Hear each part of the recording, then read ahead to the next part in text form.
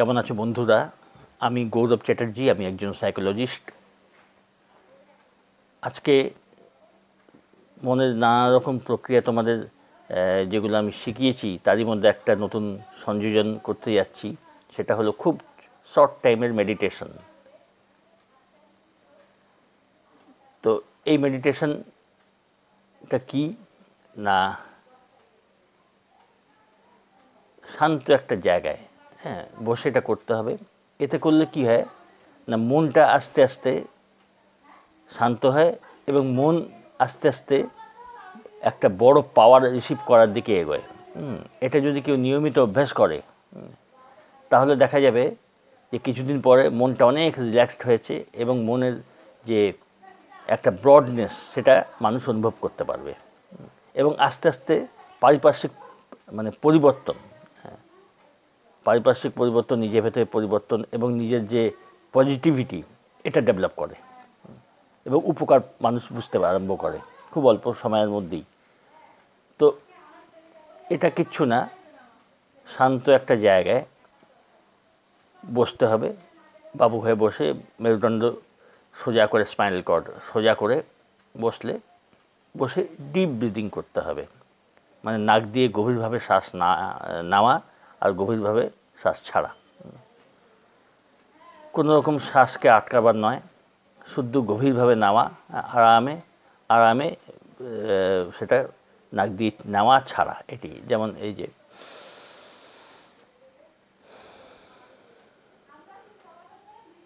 এরকমই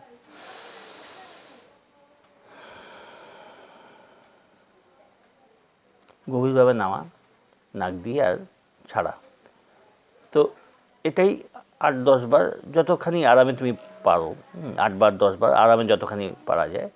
তো এটা তোমাকে শান্ত জায়গায় স্থির হয়ে বসে মেরুদণ্ড সোজা করে তোমাকে কয়েকবার এটা করতে হবে। শরীর তখন খুব রিল্যাক্সড হয়ে যাবে তোমার। যখন রিল্যাক্সড হয়ে যাবে তখন মনের যে একাগ্রতা ওটা এরকম জায়গায় এখানেও রাখা যায় মনটাকে স্থির করে, অথবা এরকম জায়গায় মানে এই হার্ট থেকে যদি একটা লাইন টানা যায়, তো যেখানে সে মিট করছে, এইখান থেকে একটা লাইন এসে মিট করছে, তো এইখানে মনটাকে রাখতে পারো। তো এই দুই জায়গায় কোনো একটা জায়গায় মনটাকে স্থিরভাবে রেখে এটা প্র্যাকটিস করতে হবে। আগে ব্রিদিংটা করে নিতে হবে, শ্বাস প্রশ্বাসের। তারপর ওইখানে মনটা রেখে কতগুলো অ্যাফার্মেশন তোমাকে করে যেতে হবে, আস্তে আস্তে আস্তে আস্তে পুরো ফিলিংস নিয়ে করতে হবে অ্যাফার্মেশন।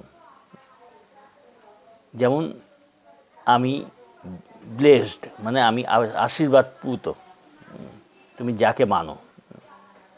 কারণ সে তুমি ব্রহ্মাণ্ডর কথা বলতে পারো, ইউনিভার্স, ব্রহ্মাণ্ড বা সুপ্রিম পাওয়ার, তুমি যাকে মানো, তার উদ্দেশ্যে বলতে পারো যে আমি তার কাছ থেকে, ব্রহ্মাণ্ডের কাছ থেকে, ঈশ্বরের কাছ থেকে, যে যাকে মানো তার কাছ থেকে অনবরত আশীর্বাদ পাচ্ছি।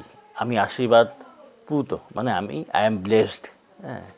আশীর্বাদ পাচ্ছি, অনবরত আমার জীবন উন্নত হচ্ছে। এটা মনে মনে গভীর ফিলিংস নিয়ে বলতে হবে যে অনবরত আমার জীবন উন্নত হচ্ছে, ক্রমশ আমার সব দিক দিয়ে ডেভেলপমেন্ট হচ্ছে, আজকের দিনটা আমার খুব সুন্দর। এরকম এই জিনিস তুমি বারবার অনেকক্ষণ ধরে, যে আমার জীবন ক্রমশ ডেভেলপ করছে এবং আমি আশীর্বাদ পাচ্ছি ব্রহ্মাণ্ড থেকে বা ঈশ্বরের থেকে। তো এরকম তোমাকে মনে মনে খুব বিশ্বাস নিয়ে, খুব ফিলিংস নিয়ে 4-5 মিনিট, 5-6 মিনিট বা আর একটু বেশি হলে ভালোই, 5-7 মিনিট করা যায়। ব্যাস এইটাই শুধু মনে মনে উচ্চারণ করা, খুব বিশ্বাস নিয়ে করা যে আমার সব দিক দিয়ে ডেভেলপ হচ্ছে। এই দেখতে এটা খুব ছোট্ট একটা প্র্যাকটিস, কিন্তু এইটুকুই যদি কেউ দিনের পর দিন করতে থাকে, তার মন আস্তে আস্তে ডেভেলপ করবে, মন ওপেন হবে। এটা বিজ্ঞানভিত্তিকের যে লজিক সেটাই, যে যখন আমরা কোনো আমাদের থেকে বড় কিছুর কাছে সারেন্ডার করে তার আশীর্বাদ নেওয়ার জন্য মনটাকে তৈরি করি,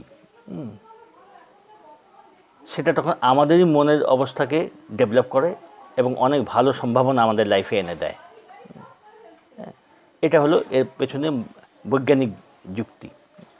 প্রেয়ার করা বা এই যে এই জিনিসটা বলা অ্যাফার্মেশন, এটা সবসময় মনকে খুব ডেভেলপ করে, মনটাকে ওপেন করে দেয় এবং বড় কিছু নেওয়ার জন্য মনটাকে প্রিপেয়ার করে।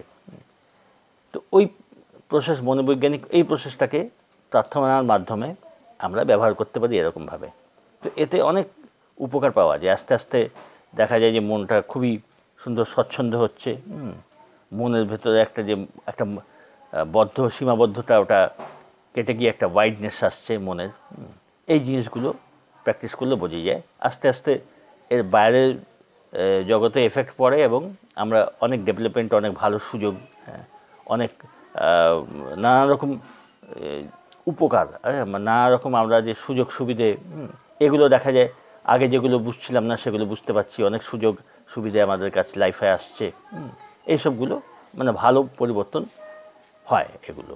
এটা প্র্যাকটিস রেগুলার করলে হয়, বেশি সময়ও লাগে না। তো তোমরা এটা ট্রাই করো, কেমন হয় রেজাল্ট জানিও। আর ভালো লাগলে চ্যানেলটাকে সাবস্ক্রাইব করো, লাইকিং দিও, সঙ্গে থেকো।